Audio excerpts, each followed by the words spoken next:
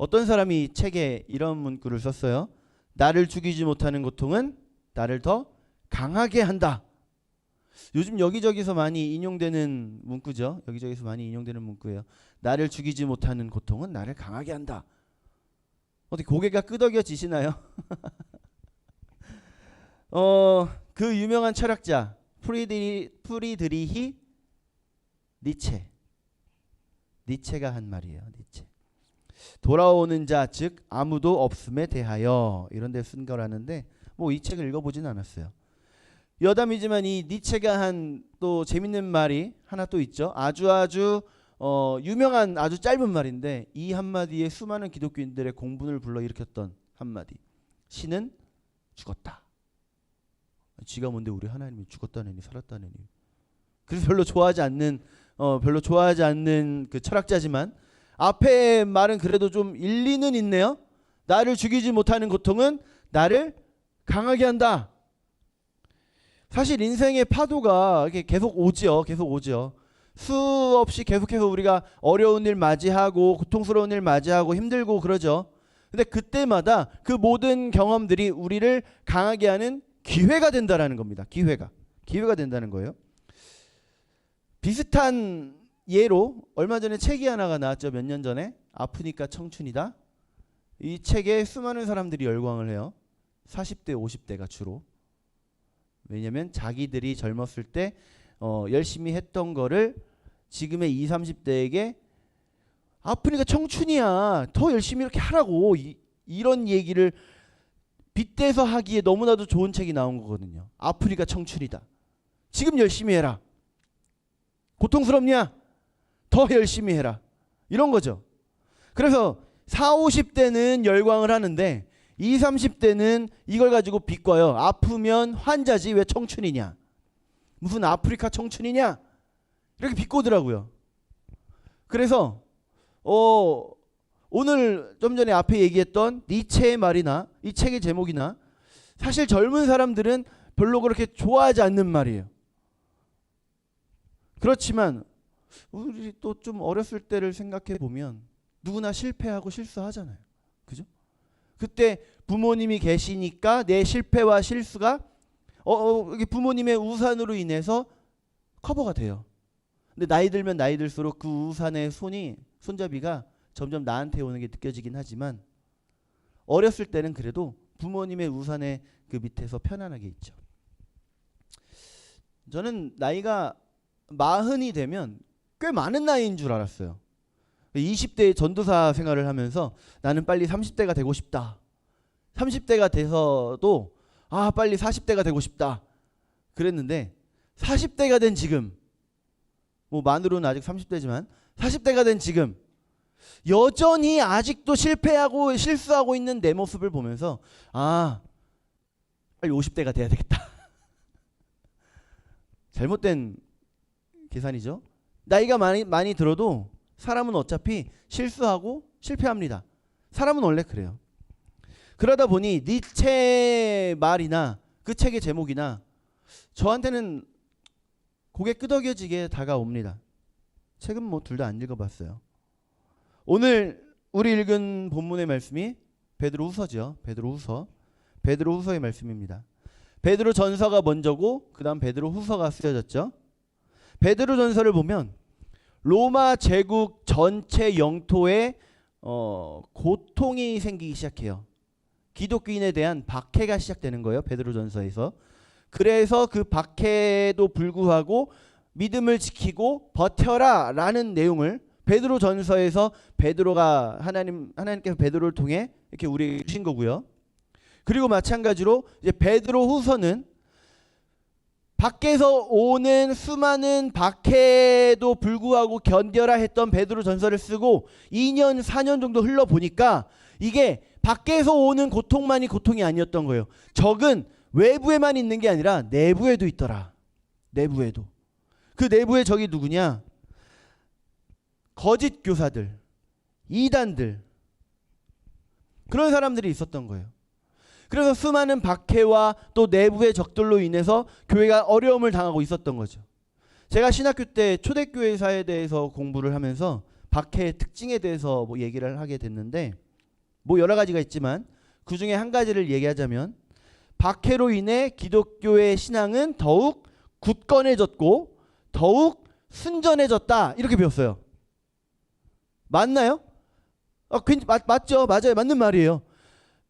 AD 313년에 기독교가 공인이 되고 318년에 기독교가 로마의 국교화가 돼요. 근데 18년이 되고 난 이후에 어떻게 되냐면 그동안은 박해받던 기독교가 그 이후로부터는 모든 사람이 들어가고자 하는 종교가 돼요. 기독교에 힘이 생기는 거지. 힘이 생긴 거예요. 기독교에 힘이 생기니까 수많은 정재계 인사들이 기독교에 줄을 서려고 다가옵니다. 그로 인해서 기독교가 부패하죠. 부패하죠. 뭐 그거는 천주교 얘긴데요. 아니요. 천주교와 기독교는 원래 한 뿌리예요. 천주교 잘못된 길을 가니 거기서 새로 개혁한 게 기독교인 거죠. 어쨌든 그렇게 부패했던 기독교, 그랬던 중세시대의 기독교를 보면서 우리가 만약에 초대교회 성도들을 만난다면 그들에게 힘드시죠. 그래도 당신이 나아요. 중세시대 가면 다 죄 짓고요. 다 타락해버려요. 힘들지만 당신이 나은 거예요. 이렇게 얘기할 수 있을까요?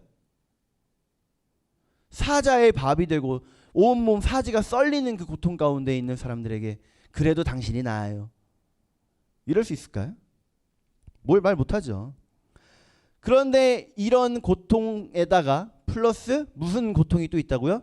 외부의 적이 아니라 내부의 적이 있었다. 내부의 적이 있었다. 내부의 적. 밖에서는 군인들 때문에 난리인데 안에서는 내부의 적 때문에 또 난린 거예요. 이런 상황 가운데 내부의 적 가운데 가장 큰 거, 분명히 예수님 다시 오신다고 하셨는데 이미 베드로가 늙어서 이제 하늘나라 갈 날만 바라보고 있는 상태가 된 지금까지도 여전히 예수님은 안 오시고 계신 거예요. 수많은 성도들이 기독교는 가짜인가? 내가 잘못 믿고 있는 건가? 이런 고민을 하게 됩니다. 이런 내부의 적이 가득한 상태에서 하나님께서 그래서 이제 드디어 나서시는 거예요.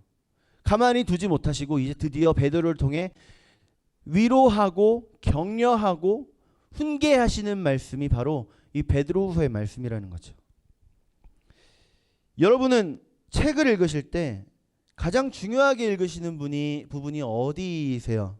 책 읽은 지가 너무 오래돼서 기억이 안 나실 수도 있겠지만 책을 읽는다 하면 가장 중요하게 읽는 부분, 저는 맨 앞부분, 책머리에 뭐 작가 서문, 뭐 옛날 책에는 권두원 이렇게도 표현되어 있는 그 부분. 대학교 다닐 때나 대학원 다닐 때나 책을 읽고 서머리하는 그런 레포트가 많이 있었죠. 저는 그런 레포트 할 때, 과제할 때 시간 2시간, 2시간 반 정도 걸렸던 것 같아요. 어떻게 하냐면 그 책머리만 읽는 거예요. 그리고 목차를 봐요. 그럼 끝이에요. 그리고 이제 말을 적어 쓰는 거예요. 증인이 저기 앉아 있어요. 제 와이프. 진짜 그렇게 해서 2시간 만에 과제를 끝내버려요.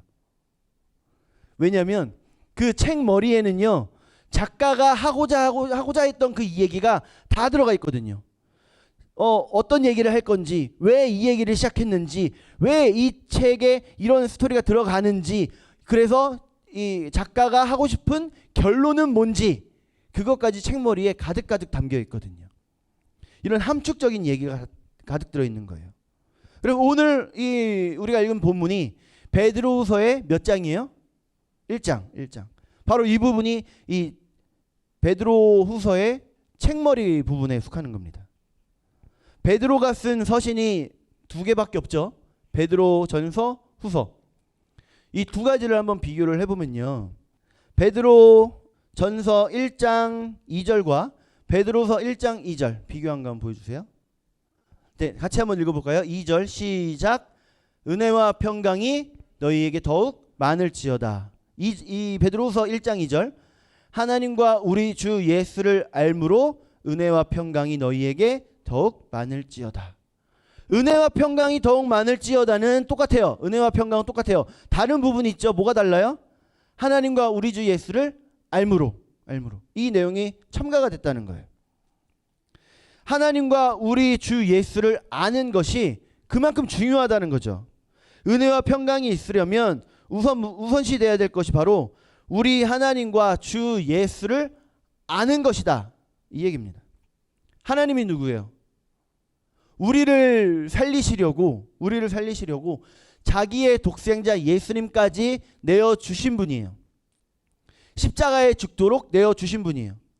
아들인 우리 예수님께서 엘리 엘리 라마 사박다니 하면서 나의 하나님 어찌하여 나를 버리시나이까 하는 이 절규 가운데에도 우리를 위해 눈물로 외면하신 분이 우리 하나님이신 거죠. 예수님은 누구예요?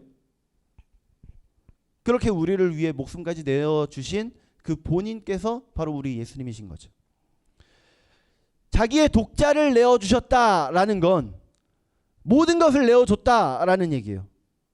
내 목숨까지 내어줬다라는 건 나의 모든 것을 내어줬다라는 얘기죠.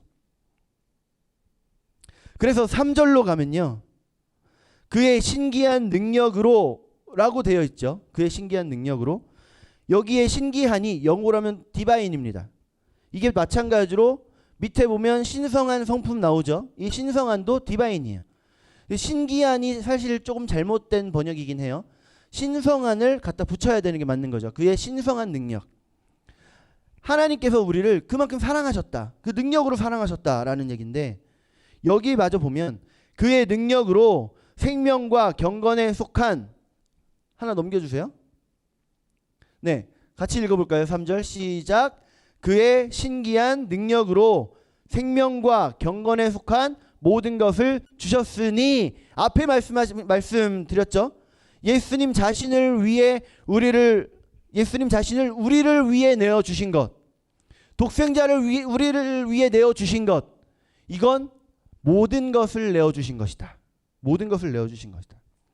이렇게 모든 것을 내어주셨으니, 마저 읽어요.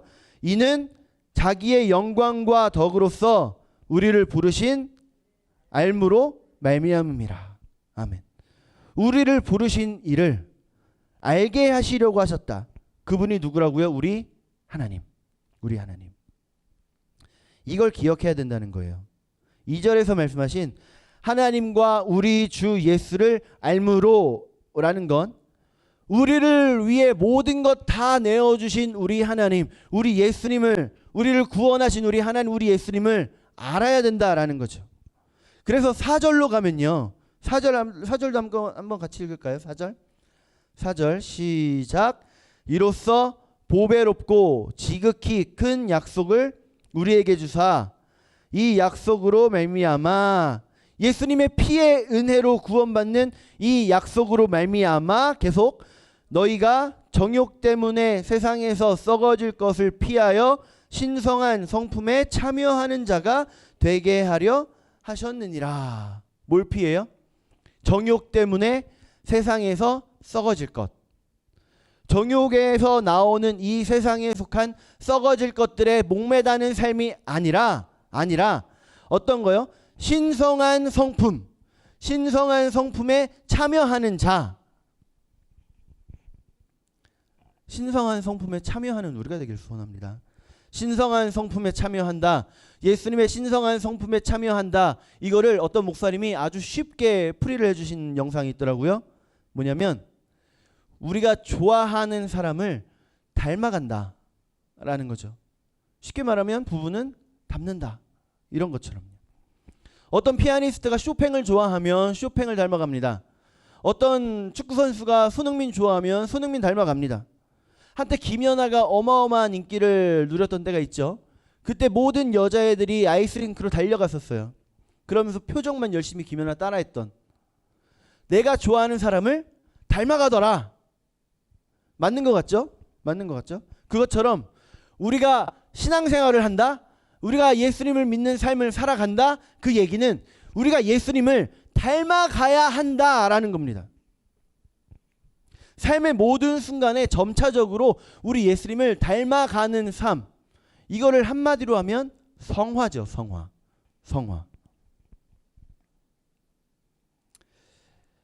이 세상 살아가는 크리스찬이 여러 어려움 가운데에서 이 세상을 헤쳐나가면서 살아가야 하는데, 그 어려움에 놓여 있는 크리스찬들을 향해 하나님께서 주시는 교훈과 훈계와 또 사랑의 메시지가 바로 이 1장 안에 가득가득 함축되어 있다는 거예요. 그 바로 첫 번째가 여기 이겁니다. 예수님을 바로 알고 그 성품을 닮아가자.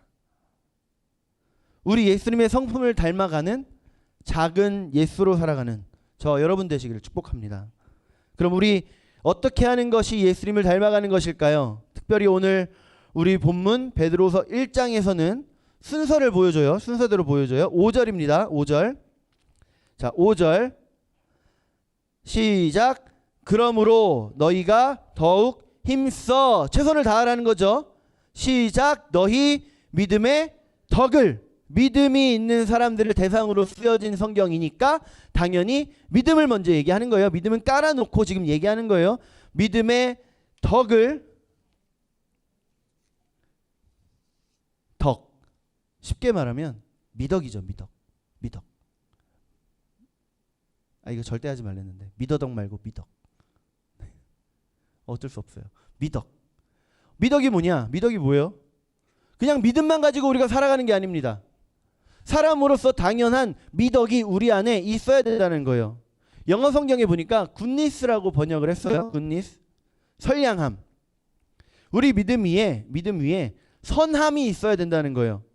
실제로 초대교회가 마구마구 부흥했던 이유 중에 하나는 초대교회 성도들이 다른 사람들을 배려하고 위로해주고 우는 자와 함께 울고 웃는 자와 함께 웃는 그런 삶을 살았기 때문이라는 거죠.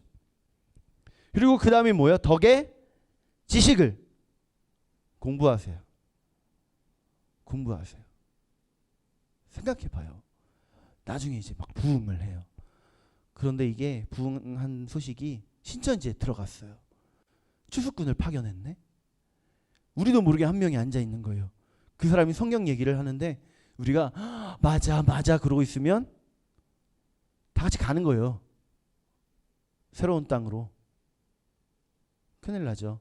그래서 우리 공부해야 돼요. 자, 지식에 왜 없어졌어요?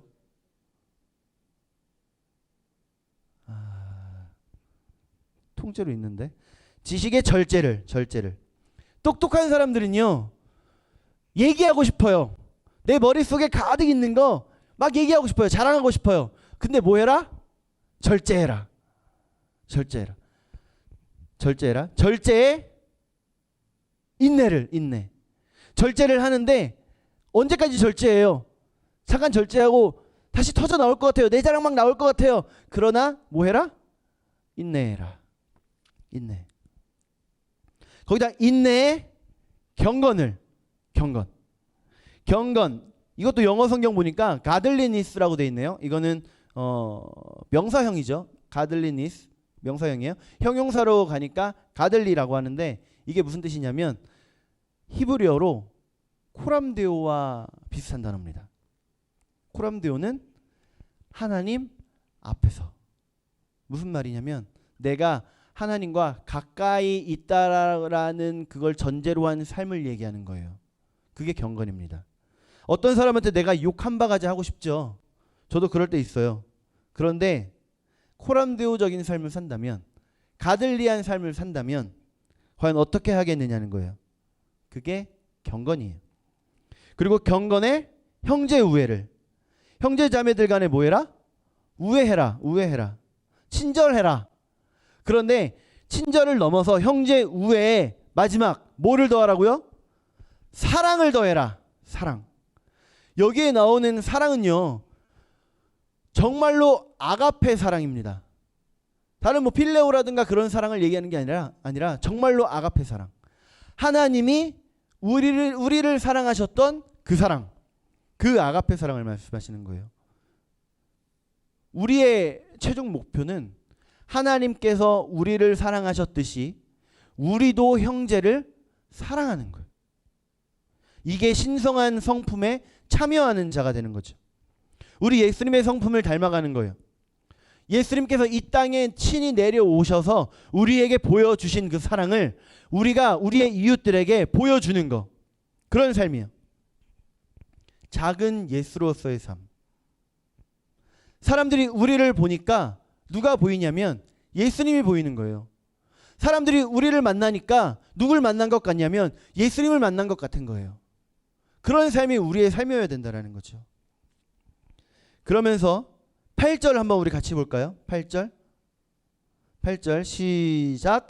이런 것이 너희에게 있어 흡족한즉 너희로 우리 주 예수 그리스도를 알기에 게으르지 않고 열매 없는 자가 되지 않게 하려니와. 아멘. 예수님을 닮아가고 있는 성도들을 칭찬하죠. 칭찬하는 거예요. 그러면서 다시 한번 너희로 우리 주 예수 그리스도를 알기에 게으르지 않고. 이렇게 열심히 예수님 닮아가기를 힘써 살아가면 열매 없는 자가 되지 않게 하려니와 열매를 맺게 되어 있다. 예수님 닮은 삶을 살아가면 열매를 맺게 되어 있다. 이렇게 이야기하시는 거죠. 열매를 맺게 되어 있다. 그런데 이걸 잊고 예수님 닮기를 힘쓰지 않으면요, 지금 당장 내 눈 앞만 보고 사는, 아니 아무것도 보지 못하는 사람과 다를 바가 뭐냐? 그게 9절의 말씀입니다. 그런 사람들은 내 과거의 죄 사함을 받았음을 잊은 사람이라는 거예요. 그 죄를 사하시기 위해서 하나님께서 치르시기까지 하셨던 그 대가, 내 죄를 사하시기 위해 하나님께서 치르셨던 그 대가, 그거를 잊어버린 사람이라는 겁니다. 즉 내가 구원받았음을 확신한다면 당연히 예수님 닮기를 힘써야 한다라는 거죠. 반대로 말하면 예수님 닮기를 힘쓰지 않는 사람은 내가 구원받았음을 확신하는 사람이 아닐 수 있다라는 겁니다. 그래서 우리가 나의 옛 죄가 깨끗하게 됐다라는 걸 기억해야 되는 거예요. 과거에 죄 없는 사람이 어디 있겠어요? 과거에 잘못한 적 없는 사람이 어디 있겠어요? 성도로서 예수님 닮은 삶을 살고 싶지만 그러지 못하는 게 사람이죠. 사도 바울이 고백했습니다. 오라 나는 곤고한 사람이다. 누구나 실수하고 누구나 실패합니다. 그러나 나의 실수는, 나의 실패는, 나의 죄는 예수님의 십자가 보혈, 그 사랑을 힘입어서 회개했다. 이미 사해졌다. 원래는 죄인이죠. 원래는 죄인입니다. 여기 있는 우리 원래는 죄인이에요. 그런데 우리가 믿는 예수님의 그 보혈로 덮어주셔서 죄인이지만 죄인으로 보지 않으시고 의인으로 봐주시는 거죠. 우리는 죄인입니다. 그러나 그 사랑 기억해서 포기하지 말고 끝까지 예수님 닮기를 위해서 힘쓰는 저와 여러분 되기를 소원합니다. 정리할까요? 지금은 모든 세대가 다 힘든 시대예요. 모든 세대가.